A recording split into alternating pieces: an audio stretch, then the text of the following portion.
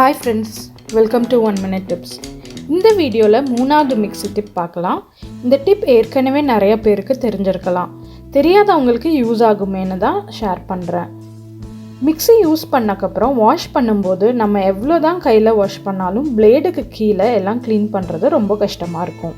இதுக்கு என்ன பண்ணலாம்னா வாஷ் பண்றதுக்கு ஜார்ல பாதி அளவுக்கு தண்ணி எடுத்துக்கோங்க. இதுல ஒரே ஒரு டிராப் டிஷ் வாஷிங் லிக்விட் ஊத்திக்கோங்க. ஜஸ்ட் ஒரு 5 to 10 செகண்ட்ஸ் மட்டும் மிக்ஸியை ஓட வச்சு எடுத்துக்கோங்க. தண்ணியோ இல்லை டிஷ் வாஷிங் லிக்விடோ நிறைய ஊற்றுனீங்கன்னா ஃபோம் ஆகி வெளியே வந்துடும்.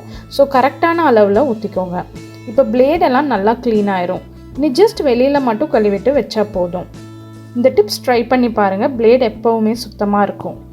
மிக்ஸி ட்ரையிங் டிப் அடுத்த வீடியோவில் பார்க்கலாம். இன்னும் நிறைய யூஸ்ஃபுல்லான டிப்ஸ் அண்ட் ட்ரிக்ஸ் தெரிஞ்சுக்க மறக்காமல் நம்ம சேனலை சப்ஸ்கிரைப் பண்ணிக்கோங்க. மீண்டும் சந்திக்கலாம். நன்றி.